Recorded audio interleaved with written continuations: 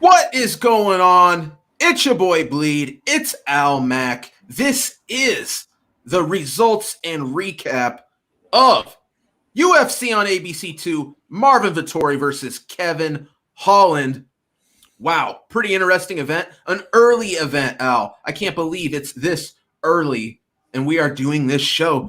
It's almost nice in a lot of ways, you know what I mean? So I'm going to throw it to my man Al Mack. He's going to hit us with those betting gambling trends. Al, how you doing?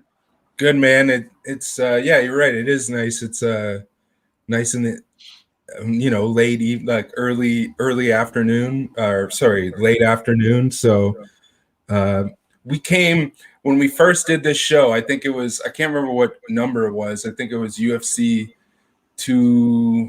I can't remember when Khabib fought Gaethje. I think 254. Yeah, I think 254.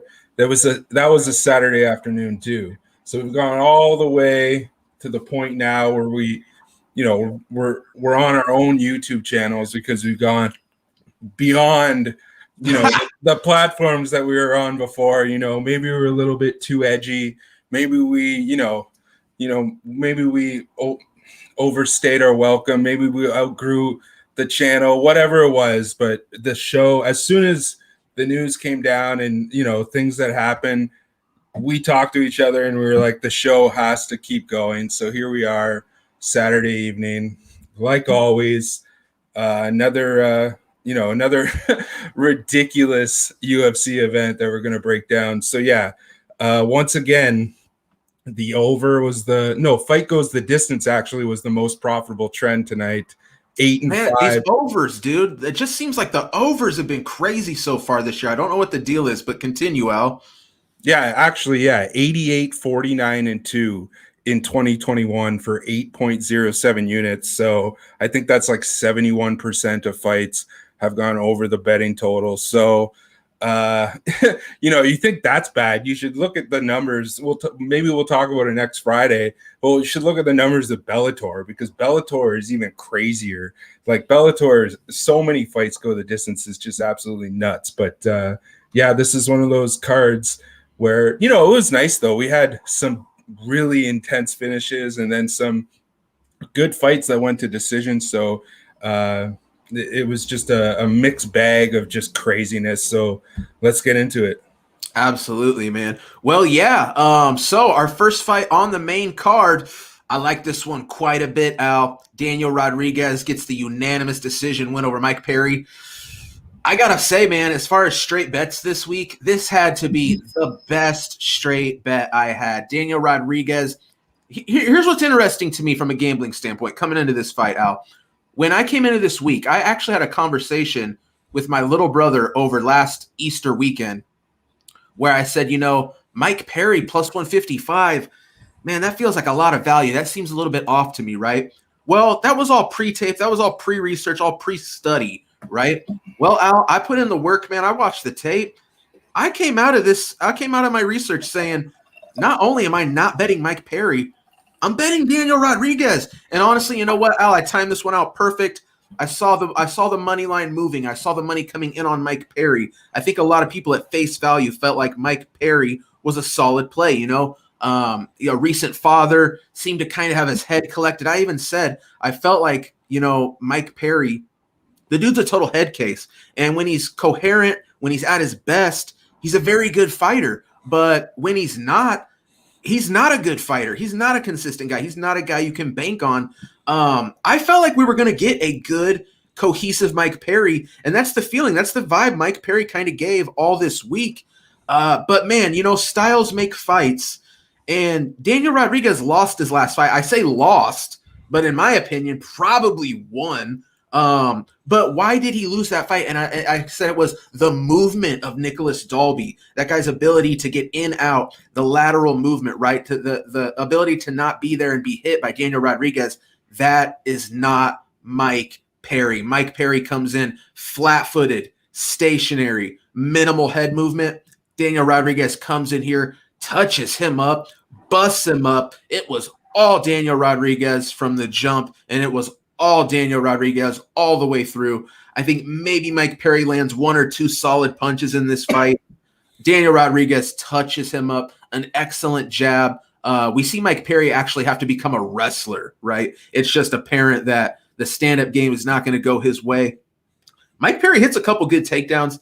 Daniel Rodriguez, does the right thing, works his way up, continues to put it on Mike Perry. There was a point, I think, even in between round 2 or 3 where you saw Mike Perry, the side of his head, right on the side of his eye, really swollen up. I think he might have broken an orbital or something. That just didn't look right to me. I honestly thought this fight might get stopped between rounds. Mike Perry, as tough as they come, dude, goes back out there, continues on. But Daniel Rodriguez, like I said, man, probably the best solid bet I had. The price was phenomenal. In retrospect, the dude should have been minus 300. What'd you think of this, Al? Did you have Did you have a bet on this fight? Yeah, man, I was with you on this one. I had Rodriguez, and I had the fight goes the distance. It was just one of those things where, I ended up capping this card very late in the week, so the lines had already moved quite a bit before I got to them. But this one, I was just like, I couldn't believe it when I was. It just got better as the week went on. Yeah, and it was like a coin flip even today. So it was spectacular, and yeah. Rodriguez, he came out, he looked really good from the start, but Mike Perry just has a chin for days.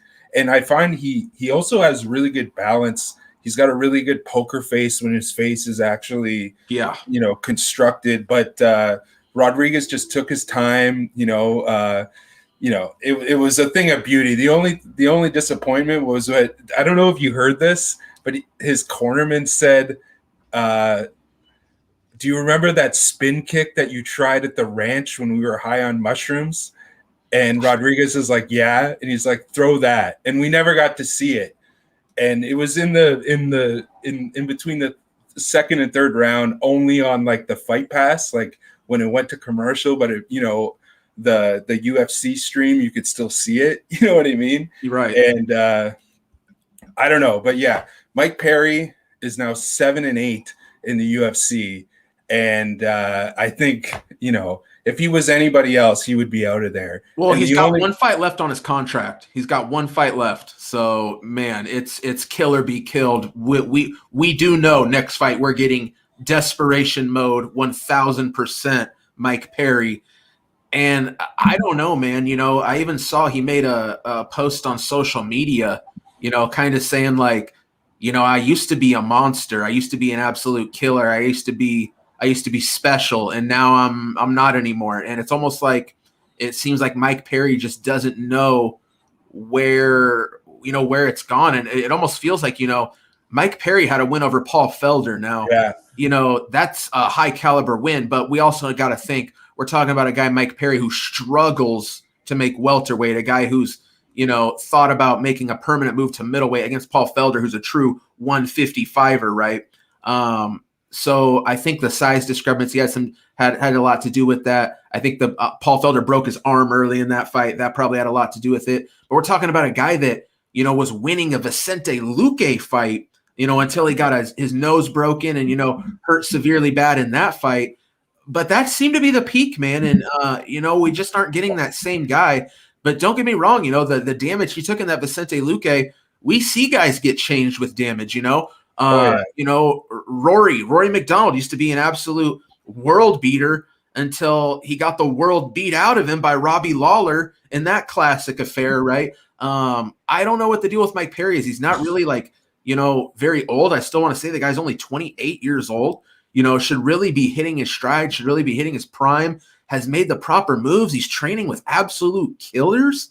I just don't know. I just think Mike Perry, he's a guy that maybe he's just a little bit limited in his skill set. Maybe, he'll never be as good as a Daniel Rodriguez is right now. Where do we go from here? I'm really not sure. So Daniel Rodriguez is going to get a big fight. Mike Perry absolutely is going to have to take a step down from here. Daniel Rodriguez is just too much. Is there anything else you want to say on this one, Al? Yeah, there was just two quick things. I feel like Perry, if you remember that Mickey Gall fight in June of last year where he had no cornerman, right? And he trained by himself. That was a good performance. You know what I mean? I had money on Mickey Gall, And I Wow. was just like, what the hell is going on here? You know what I mean? Because I thought the guy's coming in with, no training camp. He's got his pregnant wife in his corner. You know what I mean? And he had a really good performance. But even with the Tim Means fight, once you start giving him like parameters to follow, you know what I mean? Once you start coaching him, he's all in his head about what he should do instead of what makes him him.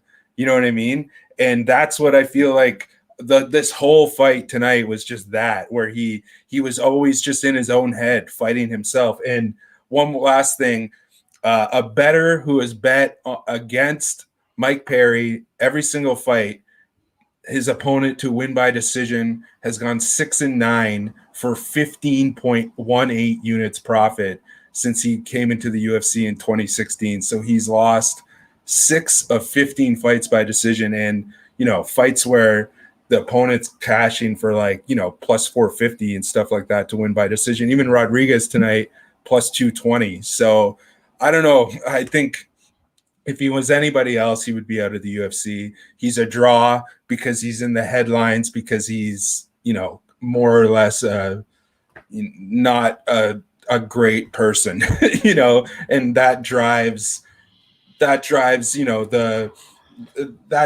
eyeballs, that drives the publicity. So that's why he was on this card. So I don't know.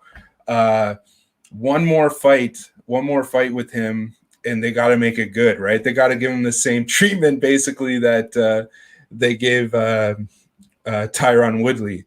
And maybe we'll have a great betting opportunity here if they put him up against some killer just to get him out of here. Al, let's give him Tyron Woodley. Yeah, would be. Tyron actually threw last fight. That could be a good matchup at this point. At the same time, I think that's probably the last we saw Tyron. So that would be a great fight for Bellator. Dude, you might be prophetic right there. That could totally happen at this point. So, all right, let's keep it rolling. Okay, the second fight of the main card. This one, that's all I got to say about this one, Al, is Mackenzie Dern hits the first round submission, 4 minutes, 48 seconds of round one. Dude, I totally had a bet on Nina Ansarov, or I guess her name's Nina Nunes now. That was not a very Nunes-esque performance, though. Al, here was my philosophy, right? I figured in this fight, Mackenzie Dern, if she's going to win the fight, she's got to get it to the mat. Okay, she did. The problem is Mackenzie Dern was 1 for 18 on takedowns coming into this matchup, okay? Tonight, 1 for 1, gets it with ease. I want to say 60 seconds into the fight. Nina's on her back. Dern slowly but surely spends the next 4 minutes working to an armbar. Here's what's disappointing for me from Ansarov or Nunes. I guess it's Nunes, right? Let's just leave Ansarov in the past. The thing that kills me about Nina is you spend 4 minutes correctly defending, only to give it up when we hear the clapper. Come on, you're telling me you can't survive 10 more seconds? Nonetheless, Mackenzie Dern kind of goes for broke, ends up hitting the submission. Al, here's what I'm going to take away from this one. Those numbers I was just talking about with Dern. Dern is now training with Jason Perillo, who's one of the best coaches out in the game right now, okay? I need to take these preconceived Dern, everything pre-Dern's probably last fight is just obsolete now, right? It's the Jandiroba fight, and it's this fight against Ansarov, because Ansarov was supposed to keep the fight standing and win through striking, right? Even in the first 60 seconds, I feel like Dern's getting the better of Nina. So I just think we're seeing an improved Mackenzie Dern. I mean, she's only lost 1 fight. She's made the move. She's just an improved version. But Al, here's the thing that really drives me nuts, and this is how I should have known better. I put the warning sign up. I waved the red flag. I said, Nina coming in after having a child. Women who have children do not do well on their first fight back. I ignored that little bit of information. I felt like she still should be enough to win this fight. That should have been enough to make this a pass. Instead, I take the L. And honestly, Al, this fight right here, this L, was there for me having a profitable night or like a break even a slight loss on the night. Just should have been a pass, dude. Did you have anything on this one, L? Yeah, I feel like we were in a lot of the same spots on this card because I was on I was on Nina Nunes here as well, and I've said this before many times on that we've done this show. As soon as the fight started, I knew that the bet was going to lose. You know what I mean? And not only did I know, it was similar to, although I was on the dog in that fight. It was similar to the Adriano Moraes Demetrius Johnson fight, where as soon as it started, it was just like, well, this line, throw this line out the window, because Dern should not have been the underdog, just like Moraes should not have been a 5-1 underdog in that fight. But at a lesser extent with Dern, it was just like, I feel like this is one of those perfect spots where they were like giving Dern the perfect name that she can beat, and Ansarov or Nunes just needing to come back and also wanting to, you know what I mean? Like, this fight was made for her to just lose and to get her name back up there and to climb her way back in. You know what I mean? Like, after watching the tape throughout the week of her previous fights and seeing, the first 4 minutes of this fight, it was just so obvious that, whatever level she was at before, she's not at now, and she needs to work at it. And then Mackenzie Dern, every time we see her, she looks better and better. Like, she looks so much better in that fight, that Verna Jandiroba fight. Like, she looked like 5 times better than she did in that fight, in this fight. And I don't know what I heard the rumblings of the fight to make is Dern versus Joanna. That would be pretty crazy. You want a champion? Yeah. Oh boy. Oh gosh. I think that's still too much at this point, Al. Let's I think we need 1 or 2 fights. Yeah, that to me, that's biting off a little too much. I think that's way too big of a step up. Man, Joanna Jędrzejczyk is just, her striking's on a whole nother level. So I think we're too soon for that. At the same time, who could we have? Maybe like Claudia, Carla Esparza. I don't know. I need to see the rankings at this point, because Ansarov or Nunes, that's a really solid win. So she's right up there in the mix now. So there's a whole slew of possibilities for Dern, and it's going to be somebody legit. I know that. I mean, just from a ranking standpoint, they're going to have to give her somebody that could potentially, even arguably, depending on who they give her, be a number 1 contenders fight. So that's Dern's what I mean. good. Man, like I said, I think what I take away from this one is, a lot of these numbers, a lot of these preconceived notions we have on Dern just don't apply anymore. She's improved tremendously. What do you think, Al? Should we move on to the next fight? Yeah, this next one was you said that Rodriguez was your best bet of the week. This next fight was my best bet of the week by far. Yeah, well, I tell you what, man. Julian Marquez, 2 minutes, 7 seconds into round 2. Al, I tweeted it out. We got dead body alert on ABC. Hopefully there wasn't, an unassuming child who's watching, a classic episode of America's Funniest Home Videos. All of a sudden we cut to Sam Alvey's, rigor mortis corpse being choked to death by Julian Marquez. I mean, that was brutality, dude. Julian goes in there, just lands some bombs on Sam Alvey, ends up getting him in I guess we call it a rear naked, but it was a very strange, he doesn't have the hooks in. He's like crouched down, hunching over him. Like, wow. I mean, chokes him to absolute death. I mean, I'm just kidding, Sam Alvey's all right. He did recover, but whoa.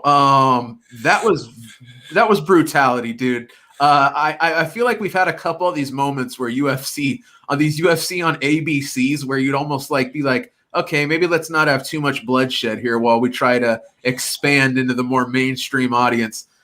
This was not that fight, dude. I will say this. I had no action on this fight. I was very concerned about Julian Marquez coming in here because I thought he looked really bad in his fight back off a fight that he won. He beat Maki Pitolo in that 3rd round by submission, which, man, Al, I don't know if you can bring that up, man, but these Julian Marquez submission props have been totally off, and I wish I had been on them. But I just thought he looked bad against Maki Pitolo. Now, albeit Maki Pitolo went in there with a very strange wrestle-heavy game plan that I don't think anyone was planning for, Julian included. But, man, he just looks great tonight. I think he shrugged that ring rust. That fight was only, 1.5 months ago, 2 months ago tops. Turns around, looks like he's ready to go, comes in here and, just beats up a very durable – a guy that's just a tough out for anybody. Sam Alvey was not a tough out for Julian Marquez, man. He goes in here, puts it on Sam. I think Sam landed a couple good punches. I feel like I remember Julian's, knees buckling a time or two. But nonetheless, Julian comes in here way too much at this point for Sam Alvey. Sam Alvey now on a 5-fight. Well, I don't know if we can call it a streak because he did get that draw in his previous fight to Dong Jung, who got a phenomenal win tonight earlier on the card. But, I mean, what's left for Sam Alvey to prove? He's not necessarily super old, but the mileage at this point is just ridiculous, dude. The mileage is unreal. We know what Sam Alvey is. I feel like this should probably be the end of the road. I don't know how in the world with the way the UFC is cutting people as of late. And a guy like Sam Alvey's been around a long time. He's getting paid decently just off the amount of fights he's taken, right? I don't know if we're probably seeing Sam Alvey again. Maybe he still has a fight on a contract, but we usually don't see contracts beyond 5-6 fights. The dude's lost 5, almost 6 fights at this point. This is probably going to be the end of the road. And honestly, again, the even more damage, the devastating way he lost that fight today. We're talking about a guy with like 6 kids. I mean, dude, let's move on. Let's get into coaching. Let's do something. Sam Alvey, I think this should be the end of the road, honestly. But Julian Marquez, sky looks to be the limit. Great comeback. What'd you think of this one, Al? Yeah, I had Marquez on the money line, and I had him inside the distance, and I had fight goes the distance no in this one, and I was just very, very confident that that Marquez was going to have improved from that performance against Pitolo, where basically, it was do or die. If he lost that fight, he might not have even been back in the UFC. And the big thing for me that it was just listening to Sam Alvey's pre-fight interview talking about, he's saying, if I lose this fight, I probably don't have a job. And then also he was moving, when your back's up against the wall, and that's a big guy, and he's moving down from 205 down to 185, and he's fighting this hungry guy in Marquez. I thought this is just a home run spot. Yeah, but I didn't like Marquez's game plan, just coming out there and banging against one of the hardest hitters for a guy his size in the UFC. He played Alvey's game, didn't he? Yeah, I thought he should have done more wrestling, like what he did with the Maki Pitolo comeback. But he has like this Marquez magic. I think it's just a thing of beauty. He's like a very entertaining fighter. He just knows there's something about his energy, you know what I mean? And he's got the good mic skills, and he knows what to do when the cameras are on him type guy. And he's just like he's able to control that into being a very I don't even know how to describe it, but just a very eccentric fighter where he's charismatic. When he needs to do something, he gets in there. Like with the Pitoli, he's got a lot of heart, right? And plus 1150 to win by submission in this one. Damn. And I think he was 16-1 in the last one. And then one more thing before we move on. This is interesting. I don't know what it is, but his last 2 opponents in their previous 4 fights before they fought Marquez have a combined record of 0-7-1 in Pitolo and Sam Alvey. So let's get Julian Marquez a step up and not being this guy that's just running people out the door, because that's basically they've kind of just been matchmaking him in that Vicente Luque, Tyron Woodley spot where it's just like, we need to get rid of this guy. Let's put him against someone that's going to destroy him, Right. You're exactly right. He is the last guy that is right by the door, and you're out of here. All right.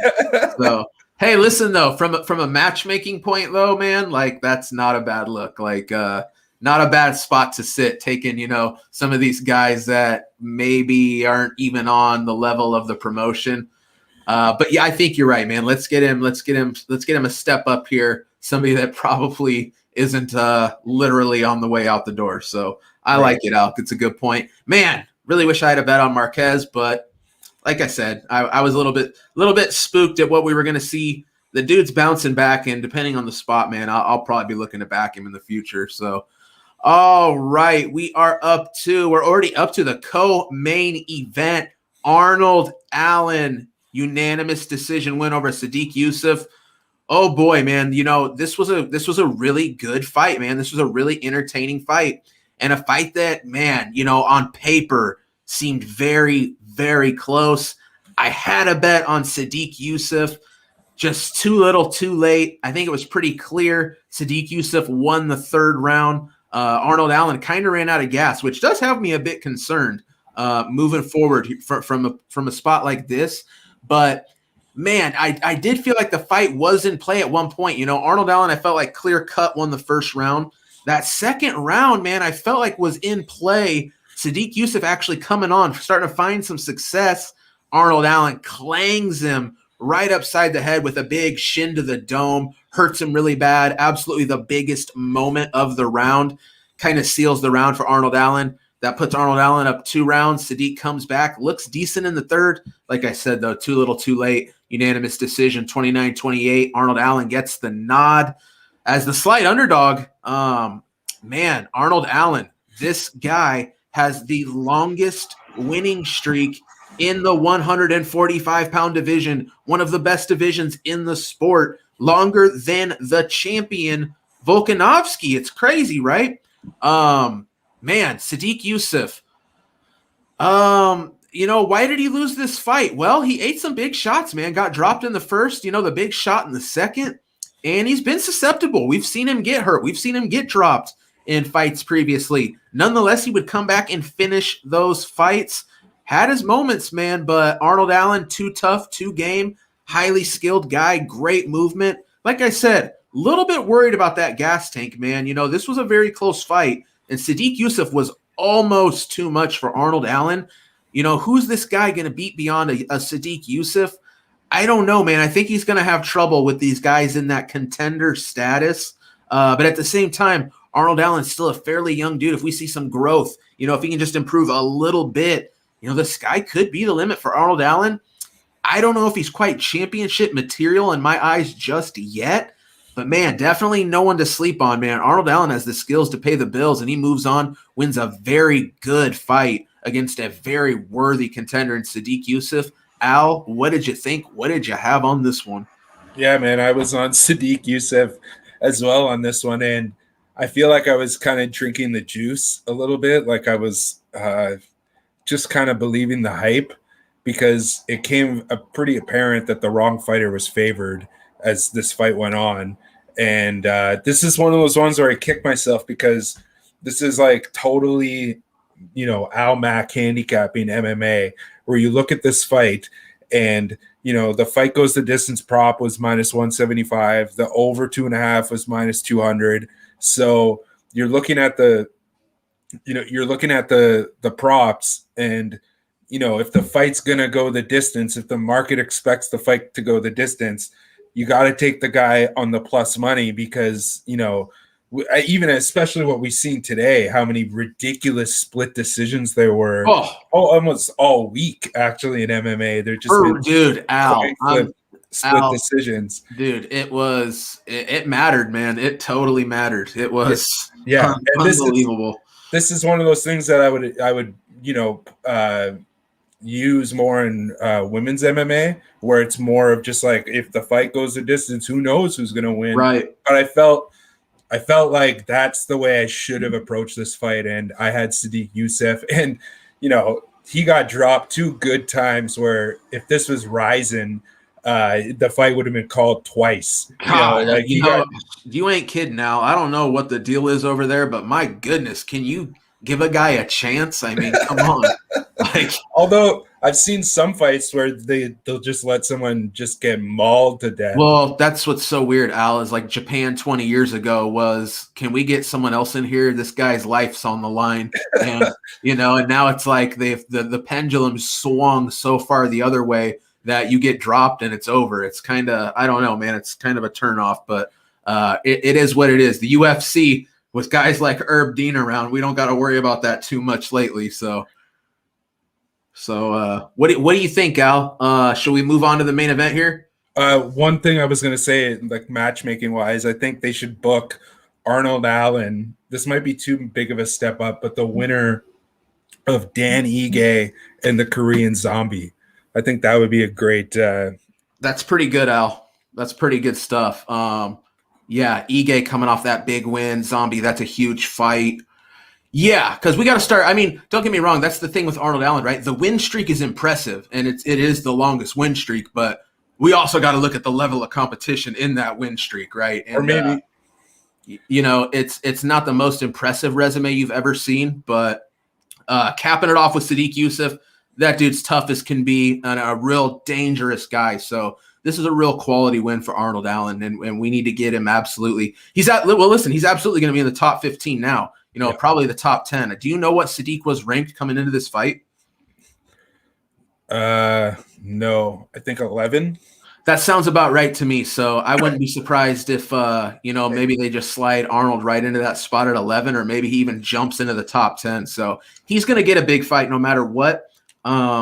Maybe give him Gavin Tucker, the guy that Ige beat. Yeah, that's not a bad look, man. That would be a pretty good fight. But man, honestly, Arnold might deserve a bigger fight than that right now. So yeah. So let's roll on to, oh boy, Al, I liked this one a lot. So Marvin Vettori, unanimous decision win over Kevin Holland. Man, this was, I'll keep it real, Al. This was an easy fight to predict. Okay. Yeah. We knew what Kevin Holland is capable of, and he went out there and did it. He hit Marvin Vettori with some absolutely huge shots that probably would have hurt, like a person. But you got to remember that Marvin Vettori is like a juiced up orc from the Lord of the Rings, and you can blast this dude in the face, and he's just going to eat it. If anything, it's just going to make him madder and come forward even harder.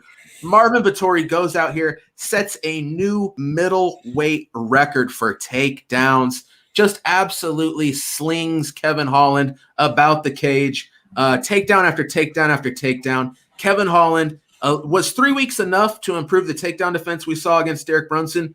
No. Was it actually a little bit better? I'd say yes. Is it good enough, though? No, man. Marvin Vettori, we know this kid can wrestle. We know that was the path to victory. He even had really good moments in the stand-up, but what was his stand-up used for? To close that distance and get on the hips of Kevin Holland. I really got to take my hat off to Marvin Vettori, because there's just something so beautiful that I love about a guy, which, by the way, I had a bet on Marvin Vettori, and I'm going to talk about that in just one moment. There's just something so beautiful about when you want to bet a guy and you back a guy, and they go out there and they do what got them to the dance. They do what is their path to victory in a fight, and they don't deviate from that plan. And Marvin Vettori has showed me time and time again, this is a guy you can bank on for whatever his reputation is as kind of a meathead, an ultra aggressive, mean kind of guy. The dude doesn't deviate from the game plan, and that's exactly who I'm looking to put my money on. And that's why Marvin Vettori, paired up with Mateusz Gamrot from earlier in the night, made up the parlay of the week, Al. Yes, it cashes yet again. The most profitable bet. I'm gonna say it out in combat sports. Please, parlay of the week. I've only lost one time this year, folks, and we are 2 weeks into April. Are you kidding me? No, it's not a joke. The parlay of the week moves on, cashes with ease. Never any doubt. Mateusz Gamrot, Marvin Vettori. Oh, it's a banger, Al. So happy to cash this. So happy Marvin Vettori comes in here, handles his business. Al, hit me with it. What'd you have on this one? Yeah, man, I agree with you 100%. I had Vettori by decision. I had the over 4.5 rounds, and I had fight goes the distance. And it was one of those beautiful things where I was down like 2.1 units going into the main event. And it ended up being that win, those 3 wins got me into the profit for the night. And it didn't look good, and it's just it's such a weird thing to be cheering for a guy, but also cheering for the other guy at the same time. You know what I mean? It's like you want, Vettori's going to win, but you don't want him to finish him, and you don't want Holland to have some miraculous comeback. This fight was just, I don't know. It wasn't that great, but there was moments that were just classic MMA, like when Holland kicked him in the nuts right at the start of the fight, and there was just, him swearing for 90 seconds into the fight on coast to coast national American television. Like, Holland looked way more polished as a striker tonight. He's very fluid, and I think that Vettori, just like the ego of him, wanted to strike with him, right? Where he just shouldn't have been striking with him.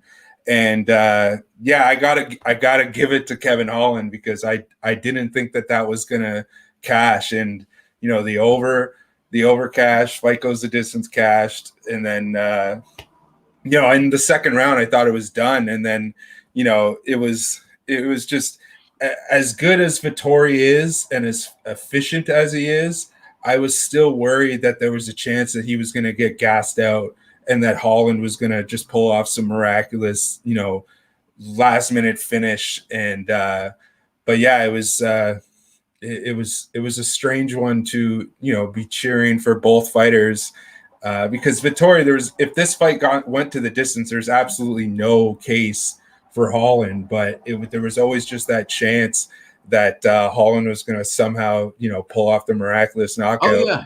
And luckily it didn't happen. And then he caught him with some pretty decent shots in the 4th and the 5th round, where when they're standing, it was Vettori didn't have the edge, right? And even, like, I don't know, Holland this is just one of those fights where it had a built-in excuse, and like I don't think Holland's stock really dropped.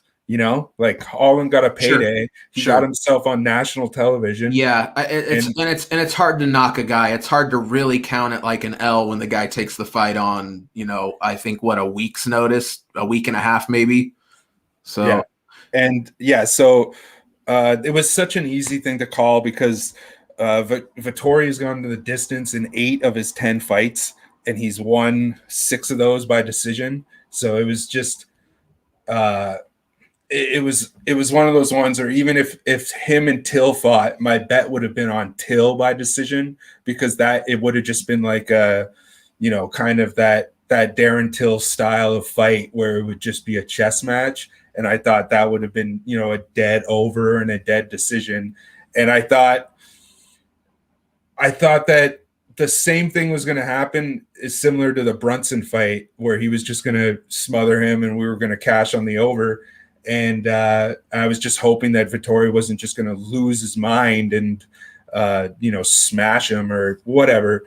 And he just doesn't have it in him. I don't know what it is. Like, Vettori wants a title shot, and I wasn't overly impressed with that. Like, I would like to see Vettori versus Paulo Costa.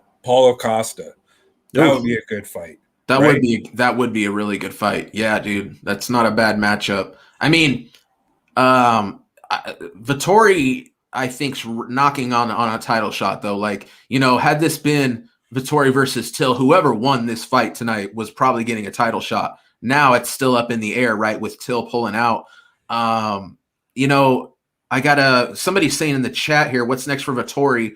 Winner of Rob and Gastelum. Yeah, I mean, that sounds probably about right. It won't be Gastelum though, because him and Gastelum are teammates. That's a good point. They are teammates, aren't they? So I guess you need to hope that Whitaker wins. I mean, Whitaker is the heavy favorite to win that fight. I think he probably does. So that would be a really good fight, though, man. That would be actually a really exciting matchup. Whitaker versus Vettori. What do you think of that one? Yeah, that would be. I would have to. I mean, that would be a title shot for sure for the Yeah, winner. I would have to lean. I would have to just like based on the styles. I'd have to lean Vettori in that one. But that being said, I think Till would have beat Vettori. So it's just all it's styles make fights. You know what I Yeah, mean? man, Like, I gotta tell you, I think Vettori beats Till. I mean, I think Till would have to catch him with a good shot coming in, which is possible, but I think Vettori would have just used a wrestle heavy game plan on Till. I think Till Vettori probably goes down pretty similar to how it went down tonight, honestly. yeah, it depends. The paths to victory. I love how we're handicapping this hypothetical fight, but Yeah. the Oh, it paths probably happens someday, you know. the paths to victory are if Vittori wins, it's wrestle heavy, and if Till wins, it's that stand up chess match, right? Yeah. Where similar to Whitaker Till, right? Which I don't know what the fight would look like. Vittori versus Whitaker. That's very intriguing. But I would also, just because of their personas and their egos, I would just love to see Costa, like Costa Vittori. That's a you can headline a maybe not a pay per view, but you can headline a really good TV card with that fight. Definitely. Like, Oh yeah. That's entertainment no matter what. There's That's no a way big, that's a boring fight. That's a big fight. I mean, I think we honestly need to question: does Costa deserve Vittori at this point? You know, with the way he's pulled out of fights. You know, because the thing is, it's like if Costa beats Vittori, you'd almost say he deserves a title shot, but he'd be getting a title shot in a division of sharks on a one fight win streak. You know what I mean? So, yeah, man, I don't know, but Vittori, man, the kid is on point. The kid is on fire. I'll say this, you know, he's already fought Adesanya once, and it was a split decision. I mean, he almost won that fight, you know, and John Anik liked to talk about how Vettori in his mind says, I won that fight. And Vettori feels like he is right now already the 185-pound champion and is defending, right? Yeah. So, it's interesting, dude. Like, and I got to say, based on what we saw Blachowicz do to Adesanya, I think Izzy's been quite a bit exposed, and I think Vettori can go in there with a really solid game plan, and I think he could actually beat Adesanya. So I think Vettori's honestly licking his chops, thinking about going in there. I mean, Kevin Holland is kind of your poor man's Adesanya in a lot of ways, right? Crazy long, unorthodox striking, doesn't defend the takedown well. Yeah, and we saw very similar. Yeah, and we saw an incredibly dominant Vettori wrestling decision tonight. Wouldn't surprise me one bit, honestly, if Adesanya ends up looking similar. So what do you think, Al? Should we do you have anything else you want to add to this, or should we take a look ahead like we usually do? I was just gonna say I think that Vettori, maybe the worst thing that happened to Vettori is that Adesanya got double 10-8 round to Blachowicz, and now he's not gonna let that happen again. You know, maybe that's the worst thing that could have happened to Vettori, because, you know, now he's seen that, right? Like now Adesanya has seen it, and you know, it's Blachowicz is obviously going to be a lot more of extreme of a case than Vettori, just because of the weight. Sure. You know what I mean? Not taking anything away from Vittori's wrestling. It's a huge difference, right? And yeah. Listen, I don't know. I'll be honest. I think Vittori's probably the better pure wrestler. I think he's the more skilled wrestler, but you are right. I mean, you know, Jan Blachowicz, that's like an extra 30 pounds, maybe more, you know, coming at you. So you're right. It definitely is a difference. And yeah, I mean, Adesanya, you would have to think. I mean, if I'm Eugene Behrman at City Kickboxing right now, Adesanya is not allowed to hit pads. Adesanya is not allowed to practice striking. We're bringing in a couple All-Americans, and we're teaching this guy how to stay on the feet, because the word's out. You put Adesanya on his back, the dude cannot get up, you know? So, yeah, they got to shore it up. But again, and don't get me wrong, it's a far more extreme scenario. Kevin Holland improved a little bit, but not enough over 3 weeks. Is Adesanya going to be able to shore that area of the game up? in a matter of months, you know what I mean? He's definitely going to have a lot more time to do it than Holland. But, man, this is a skill that honestly takes years to learn and years to master. So they got to get on it because the blueprint's out there on how to beat Adesanya. And I really like Vettori's chances with what he's showing us he can do as of late. What do you think, Al? Take a look ahead? Yeah, let's take a look ahead. What do we got? I just see somebody in the chat saying we need another one of those Luque type bangers. I'm not. I don't. This one's too far away. I think it's in like June. But I know Miranda Maverick is fighting Macy Barber, and that I don't know what the line is on that fight, but take a small loan out and put it on Miranda Maverick because there's no way she's losing that fight. That fight's man, nuts. that's an interesting one. What do we know what card that is? Because I'm looking ahead. I'm looking at right now. I'm looking at UFC 261, which maybe we should get into here because, I mean, we are talking about the rematch that I'm not sure if anybody wanted it outside of Kamaru Usman, Usman Masvidal. But, Al, that is an interesting fight you're talking about. And you know what? I think money's come in on Macy Barber. Maybe that's wrong. Maybe that's backwards. To me, that seems backwards because I think Barber's been exposed. That was not a good performance we saw out of Barber in her last fight. Maverick on the up and up. Barber just seems to have kind of berserker power, not a whole lot of technique, feinting from 10 feet away. I really question the fight IQ. I don't know, man. Barber, that might be a done deal. 2-fight losing streak now. I think Maverick's going to end up running her over in that spot. But, Al, let me ask you about this Kamaru Usman, Jorge Masvidal main event we have coming up at UFC 261. Like I said, the rematch. What do you think about this fight, Al? This is a tough one to break down because if talking about people being exposed, I think that Masvidal is just riding the wave of that false perception, and a lucky knee on Ben Askren, and then it had a stoppage victory over Nate Diaz that probably that fight should not have been stopped. If that fight was in Vegas, it would have kept going, and that's when Diaz is at his best in those later rounds. And I don't know, like if you look at the first fight, the first fight was just like they, the promo is so right. The promo is what Usman says is he had a built-in excuse, and it's so true that Jorge had this built-in excuse, and even if he lost, it didn't matter, and it was a publicity thing basically, and I feel like he's gonna knock him out. I feel like Usman is gonna knock out Jorge Masvidal. Like, damn. I feel like the smart bet, like if you're looking at it by the numbers, I think the smart bet is the decision. But I think Masvidal is Usman. We've seen Usman angry, right? Angry at Colby. And that was a virtuoso performance. And he's not at that fight. He's leveled up so much further than he did in that fight based on what we saw against Gilbert Burns.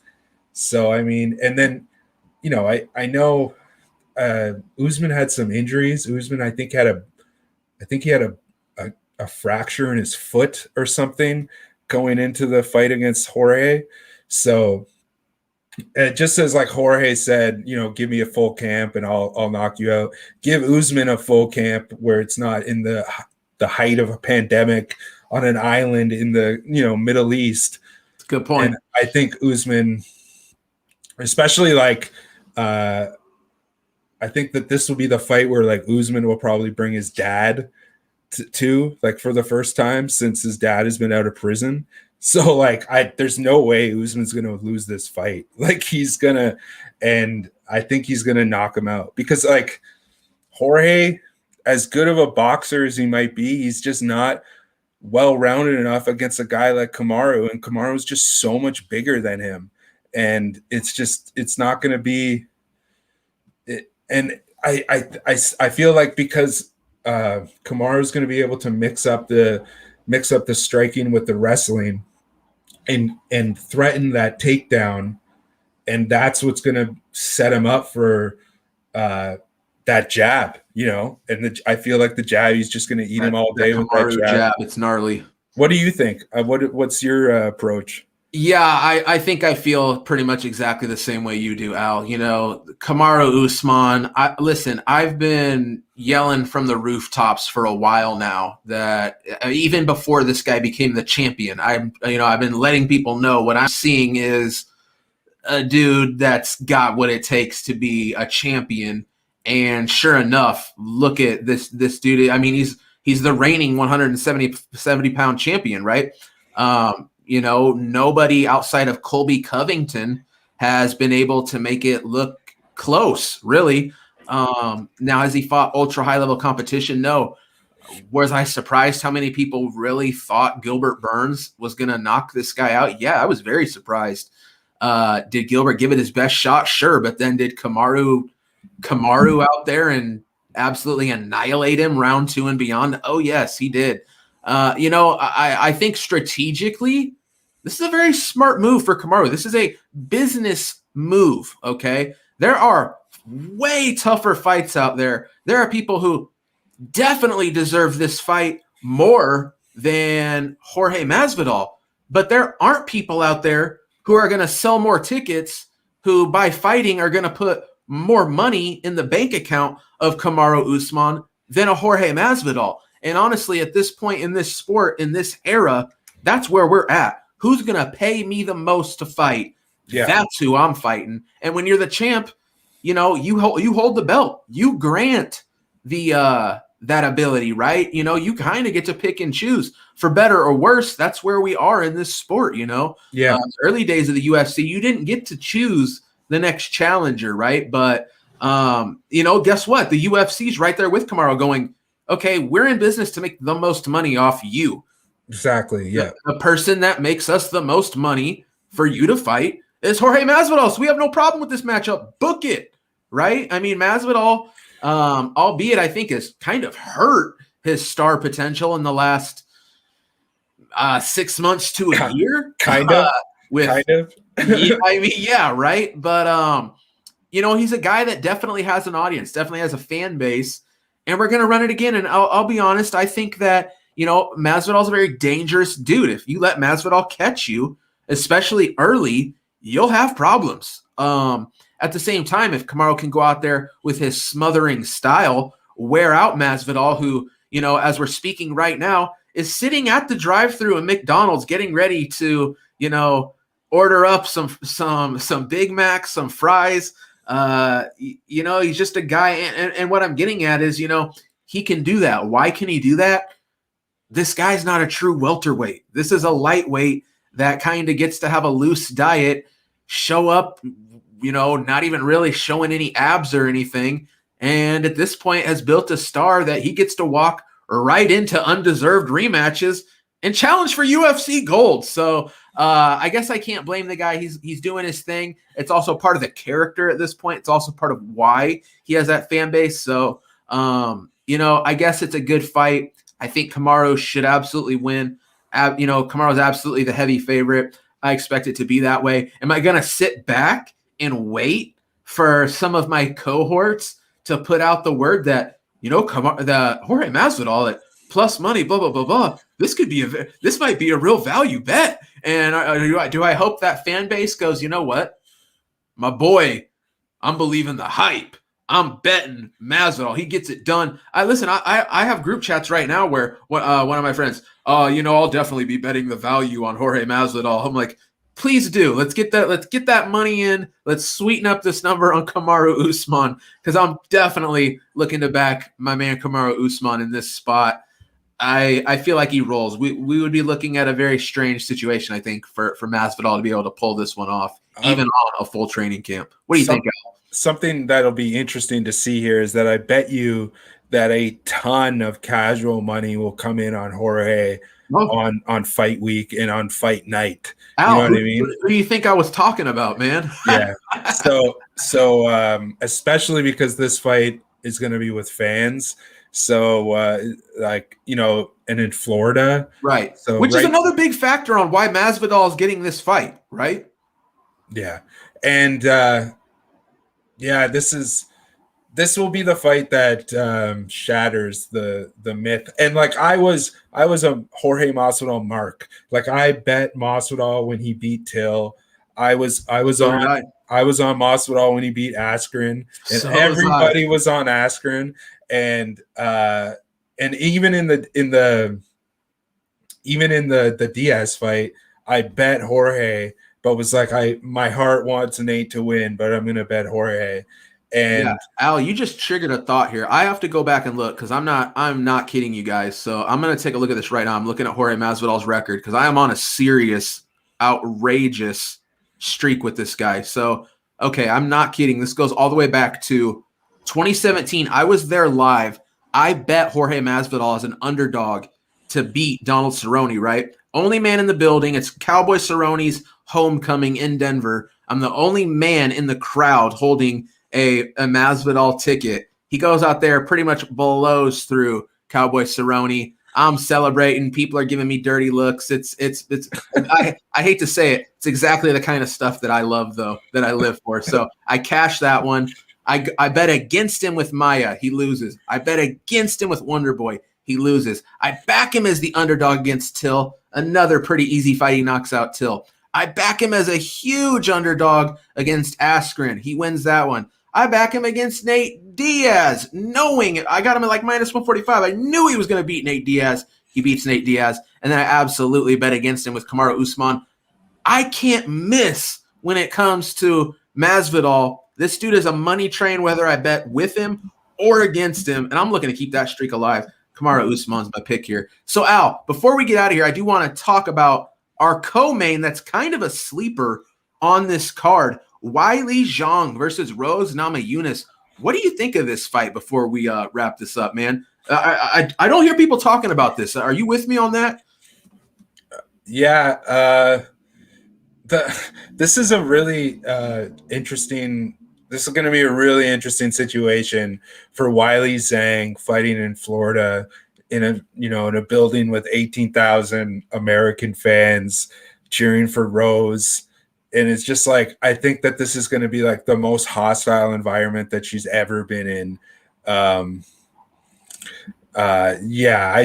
This is going to be a lot for her to overcome. And I think, but that being said, Rose has never been, the most stable mentally as a fighter, right? She's been rattled a few times from things that have affected her outside of the cage. So, this is a weird fight because I feel like the line is the way that it should be, but I also feel like that there's so many outside non-tangible factors that could end up being a big factor here because it's just so weird. It's gonna both of these. I feel like Zhang is so young and Rose is so she's so anxious that I feel like they're both going to be they're going to have so much cage nerves. They're going to be so rattled in front of a sold out crowd in the first event with fans. Like this is such a hard fight to bet on because it's volatility out the window. You know what I mean? Like I feel like Zhang should win, but it's a dog or pass fight just because I feel like this is the one fight where there's so many intangible factors, like there's so many. It's like it's like NBA where it's just like it's all situational, and I think this is such a situational thing where you got to look at the fight week, you got to look at the press conference, you got to look at the weigh-ins, you got to look at everything before you make the bet on this fight because it's it's more than just like looking at tape. You need to really like look into the eyes of the people that you're betting on for this one. But the other co-main, this one, I think me and you are on the same side on, with our girl who put Rose in that situation. And that was a fight where, you know, Rose, you could have made an argument that Jessica Andrade won that fight. You know, it was a pretty close fight. If you look at we've talked about this before off camera, that like, if you look at both of their faces, Rose Namajunas, her face was destroyed in that fight. And Jessica Andrade looked, you know, relatively all right. And Rose won that fight. And, you know, that obviously isn't a measure of who won or lost, but it was just, it's nice to see that Jessica Andrade has gotten this spot against Valentina Shevchenko since losing that fight, because her dropping down in weight was probably, or moving up, sorry, was probably the best thing that she could have did. And I think she's live in this fight.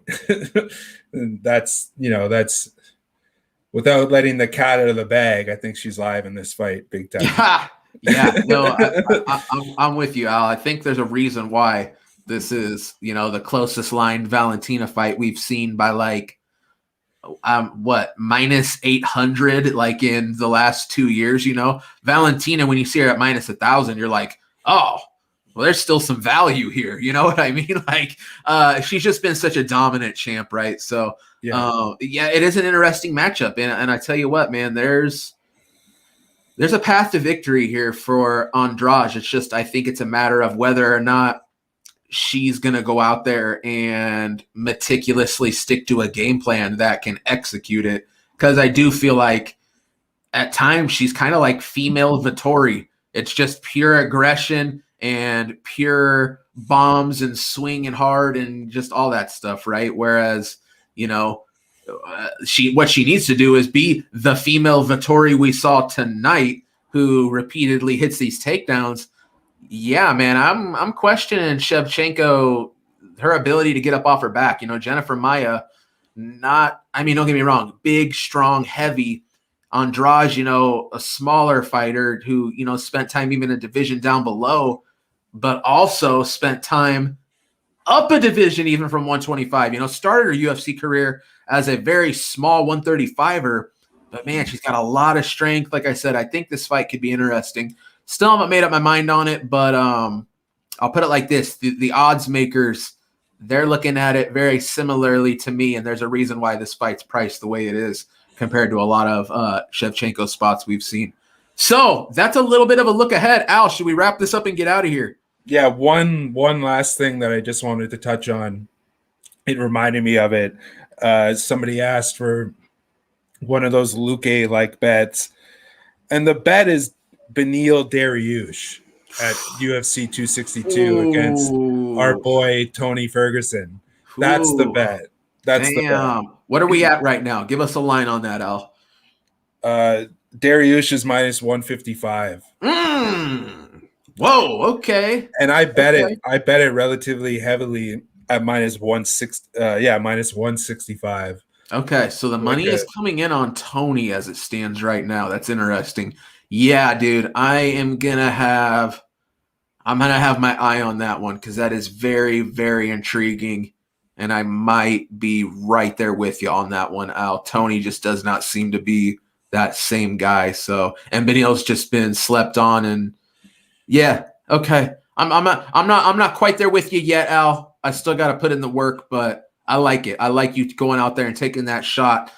That's a juicy number, Al. I like that quite a bit. So, all right, folks. Al, tell them where they can find you. Yeah, hit me up at Almac Odds on Twitter, and always all of our sports betting content, all of my sports betting content at sparksports.ca. And we'll be doing this show probably for some Bellators and some UFCs and some who knows, because we got the freedom to do what we want now. Absolutely, no doubt. All right. And yeah, man, you can find me on Twitter. Yeah, if you really want to interact, I'm on Twitter like crazy, Instagram, all that stuff. And of course, my channel here on YouTube, Bleed, just search Bleed MMA and you will find it. Other than that, man, what is there left to do? I already got to get to work, dude. We got so much MMA. We got Bellator. We got UFC. We got ONE FC. We got ACA, dude. I'm betting on so much stuff all over the place. The return of PFL in a week, dude. It's going down, Al, and we are here to bring you that content, and we're going to be betting it up, stacking cash, making that money. At least that's the plan, ain't it, Al? All right, y'all. He's Al Mack. I'm Bleed. This was the results and recap. This was the MMA show. We are out of here.